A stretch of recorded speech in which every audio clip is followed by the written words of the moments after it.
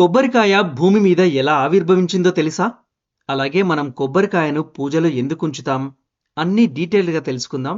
ఛానల్‌ని సబ్స్క్రైబ్ చేయడం మర్చిపోకండి. కొబ్బరికాయకు సంబంధించి గణేష పురాణంలో ఒక కథ ఉంది. అదేంటంటే త్రిపురాసుర సంహారం చేసేటప్పుడు పరమేశ్వరుడు ఎంత ప్రయత్నించినా సరే వారిని చంపలేకపోతాడు. వారు ముగ్గురు ఒక వరుసలోకి రాకపోవడంతో వారి సంహారం పరమేశ్వరునికి సాధ్యమవ్వదు. ఇదంతా గమనించిన బ్రహ్మ శివునితో ఇలా అంటాడు: స్వామి, గణపతిని పూజించకుండా ఇంత పెద్ద బృహత్ కార్యాన్ని ప్రారంభించారు. నీకైనా నాకైనా ఎవరికైనా ఆది పూజ గణపతికే కదా అని అంటాడు. అప్పుడు శివుడు నిజమే కదా అని అనుకొని గణపతిని పూజించడానికి ఒక మండపాన్ని సిద్ధం చేసి మూర్తిని పెడుతున్నప్పుడు సాక్షాత్తు గణపతి పరమశివుడి ముందుకొచ్చి మండపంలో కూర్చుంటాడు.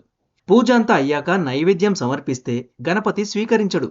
ఇచ్చిన నైవేద్యాలన్నీ వద్దు అంటాడు. చివరికి తన తల్లి అయిన పార్వతీదేవి వచ్చి, ఓ, నా బిడ్డకి మోదకాలంటే ఇష్టం కదా అని తన సంకల్ప శక్తితో మోదకాలు సృష్టించి ఇచ్చినా సరే అవి కూడా గణపతి తినడు. ఈశ్వరుడు విసుగు చెంది అసహనంతో ఏం కావాలి నాయనా నీకు అని అడుగుతాడు.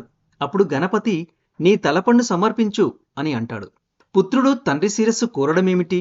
ఇందులో ఏదో మర్మం దాగి ఉంది అని గ్రహించిన శివుడు ధ్యానంలో అంతర్ముఖుడై దోసిలు పడతాడు.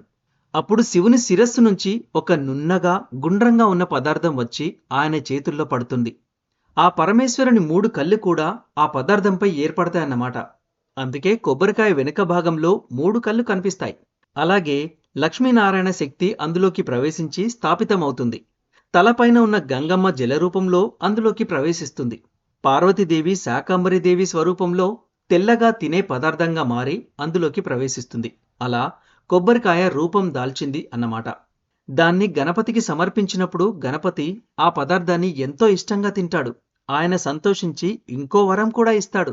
ఇకపై ఈ కొబ్బరికాయను శ్రీఫలం అని కూడా పిలుస్తారని చెప్తాడు. ఎందుకంటే లక్ష్మీనారాయణులు కూడా ప్రవేశించారు కాబట్టి. కొబ్బరికాయ లేనిదే ఏ పూజ సంపూర్ణం కాదు అని చెప్తాడు. అందుకే పూజలో కొబ్బరికాయకు అంత విశిష్టత ఉంది. అప్పటినుంచి ఏ పూజ తలపెట్టినా కొబ్బరికాయను పూజలో ఉంచడం ఆనవాయితీగా వస్తుంది. సో కొబ్బరికాయ ఎలా ఆవిర్భవించిందో చూశారు కదా. ఈ వీడియో నచ్చితే like, share and comment. Thanks for watching.